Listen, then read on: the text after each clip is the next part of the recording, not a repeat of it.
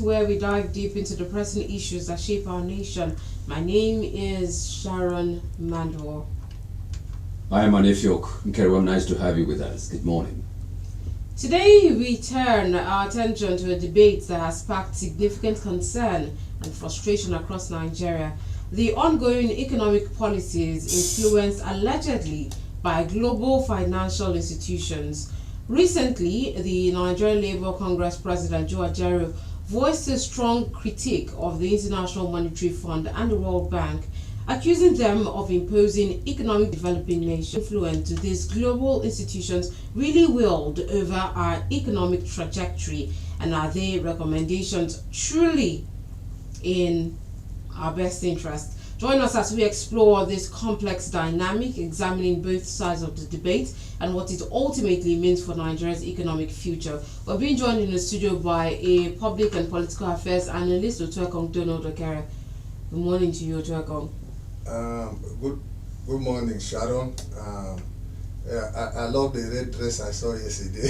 Thank you. I didn't know how good you look on the red dress. Yesterday was a good way to see it. Thank you. What you with her yesterday? No, I saw it online. I saw it online. She posted it. She was in a conference, I think.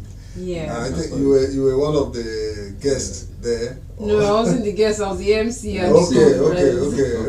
That's right. Yeah. I saw it. Yeah. Thank you and very much. Oselo, again, we are back together. Back on the same top. And Jesus is Lord. Oh my. Always. We're here again. Okay, let's head right into it, Otoko. Okay. Given that the IMF and World Bank have consistently recommended subsidy removals and similar policies for developing nations, do you think that these recommendations are tailored to the realities and vulnerabilities of countries like Nigeria?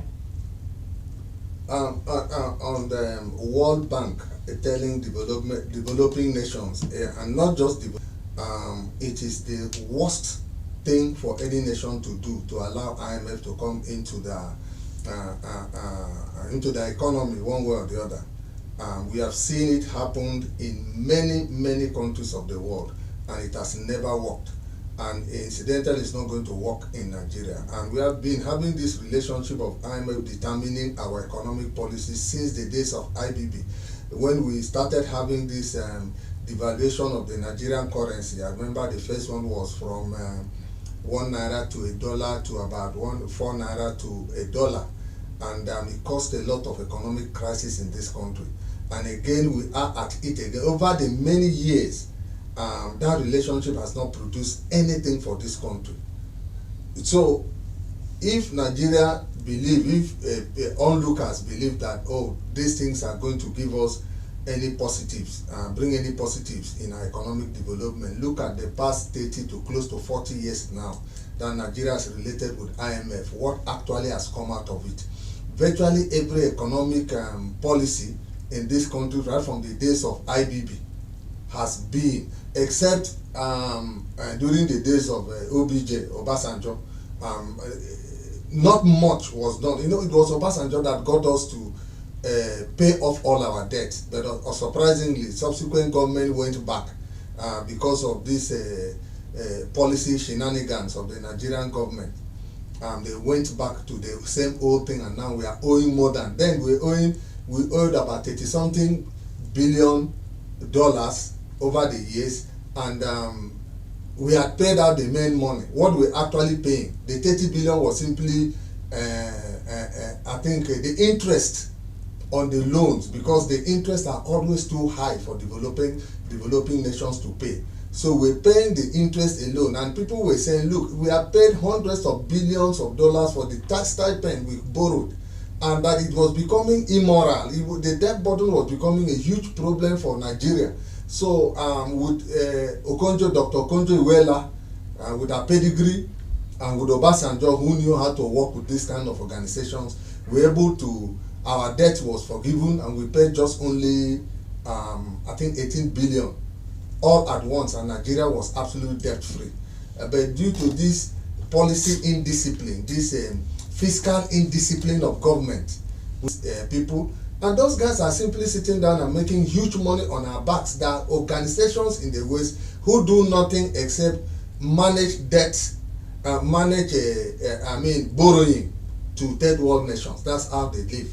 That, you know, when you borrow money, take for example now you're borrowing 1 point, like the initial borrowing of this current president was 1.6 billion. And the 1.6 billion he borrowed, I can tell you that about $50 million of that goes to a company that managed the loan for us, that will manage the money coming back and how we are paying back. You know, so actually you're getting about $1.45 billion and you're paying, maybe at the end of the day you pay about 345 billion. You understand? By the time we finish paying, because the interest rate, number one, is in double digit. There's no money that's being up to 20%. That's the minimum. Some of them are this same body who borrows to their own countries. Their own countries, some of them they borrow below 1% interest rate. In fact, some virtually zero. But our own is different. So we borrow at a very high interest rate. At the end of the day, third world nations cannot pay. We keep on living a life of paying our debt. That's why taxation is so high. And it cripples businesses. Business cannot grow. It makes people to live a lifetime of unemployment. Business cannot start. Foreign investors cannot come in because the taxation is so high. They have to prove to these Western nations that they can pay back the loan. So this is one of the challenges we have with this IMF stuff. And the conditions they give us to borrow us money is one thing they don't do in their own country. They don't give that same condition to nations, Western nations. That is a surprise. That is the hypocrisy of the whole matter. Okay, do you see Nigeria, you know, IMF had told us that in 15 years we'll be out of our economic doldrum. Here at 15 years may have or will have overlap Tinubu's government. Do you see this government having a rethink on IMF before its departure?